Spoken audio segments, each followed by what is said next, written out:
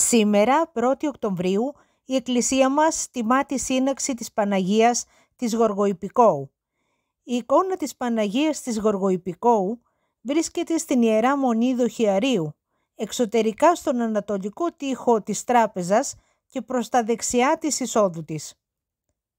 Το 1664, ο μοναχός που ήταν τραπεζάρης και ονομαζόταν Νήλος, περνούσε τακτικά μπροστά από την εικόνα, κρατώντας στο χέρι αναμένα δαδιά.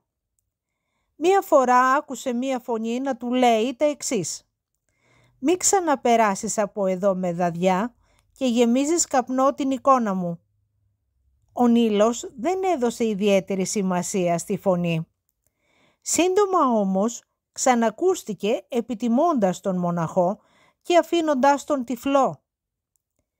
Αμέσως οι αδελφοί άρχισαν να περνούν με πολλή ευλάβεια μπροστά από την εικόνα, της κρέμασαν ακίμητο καντήλι και διέταξαν το νέο τραπεζάρι να την θυμιάζει καθημερινά.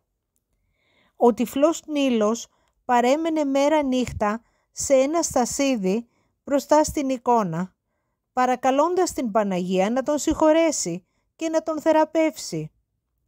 Τότε ακούστηκε για τρίτη πλέον φορά φωνή από την εικόνα που έλεγε τα εξής: «Ω μοναχέ, η δεήσή σου εισακούστηκε, είσαι συγχωρημένος και από τώρα θα βλέπεις όπως και πριν.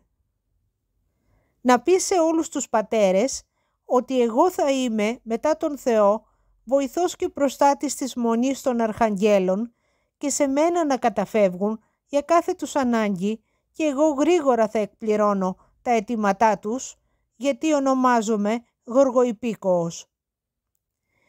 Πηγή: Ιερά Γυναικεία Κοινοβιακή Μονή Αγίου Κοσμάτου Ετωλού, Αρνέα Χαλκιδικής.